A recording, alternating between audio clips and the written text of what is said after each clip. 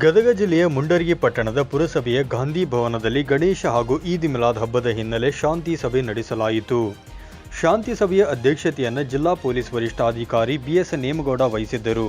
CPI Manjunath ಕುಸಗಲ್ ನೇತೃತ್ವದಲ್ಲಿ ಕಾರ್ಯಕ್ರಮ ನಡೆಯಿತು.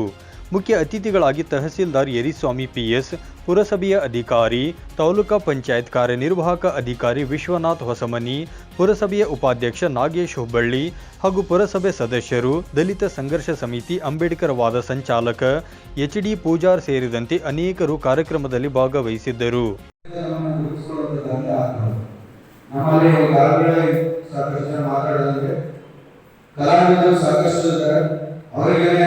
ಅವಕಾಶಗಳಿಲ್ಲ, ವೇದಿಕೆಗಳು ಸಿಗ್ತಾ ಇದೆ.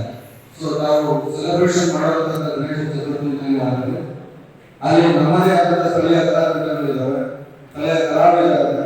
ಅವರಿಗೆ ಅವಕಾಶವನ್ನು ಕೊಡೋದ್ರ ಮೂಲಕ ಭಾರತೀಯ ಸಂಸ್ಕಾರ ಮತ್ತು ಸಂಸ್ಕೃತಿಯನ್ನು ಬೆಳೆಸುವಂತ ಕಾರ್ಯ ನಮ್ಮ ಎಲ್ಲರಿಗೂ ಆಗಿದೆ. ಡಿಜೆ ಅನ್ನುವುದು ವೆಸ್ಟರ್ನ್ ಕಲ್ಚರ್, ಇದು ನಮ್ಮ ದೇಶದ ಸಂಸ್ಕೃತಿನೇ ಆಗಿದೆ. ಆದರೆ ನಾವು ಅದನ್ನು ಬಿಂಬಿಸಕ್ಕೆ ನಮ್ಮ ದೇಶದ ಹಬ್ಬವನ್ನು ಆಚರಣೆ ಮಾಡ್ತಾರೆ. ಈ ಸಂದರ್ಭದಲ್ಲಿ ತಾಲೂಕಿನ ವಿವಿಧ ಇಲಾಖೆಯ ಅಧಿಕಾರಿಗಳು ಮತ್ತು ಪೊಲೀಸ್ ಇಲಾಖೆಯ ಅಧಿಕಾರಿಗಳು ಸೇರಿದಂತೆ ಗಣಪತಿ ಪ್ರತಿಷ್ಠಾಪನೆ ಸಂಘಟನೆಯ ಮುಖಂಡರು ಹಾಗೂ ಅಂಜುಮನ್ ಕಮಿಟಿಯ ಮುಖಂಡರು ಸೇರಿದಂತೆ ವಿವಿಧ ಕನ್ನಡ ಪರ ಸಂಘಟನೆಗಳ ಮುಖಂಡರು ಸಹ ಪಾಲ್ಗೊಂಡು ಚರ್ಚೆ ನಡೆಸಿದರು. Uduchappa Tigari 9 live news Gadag.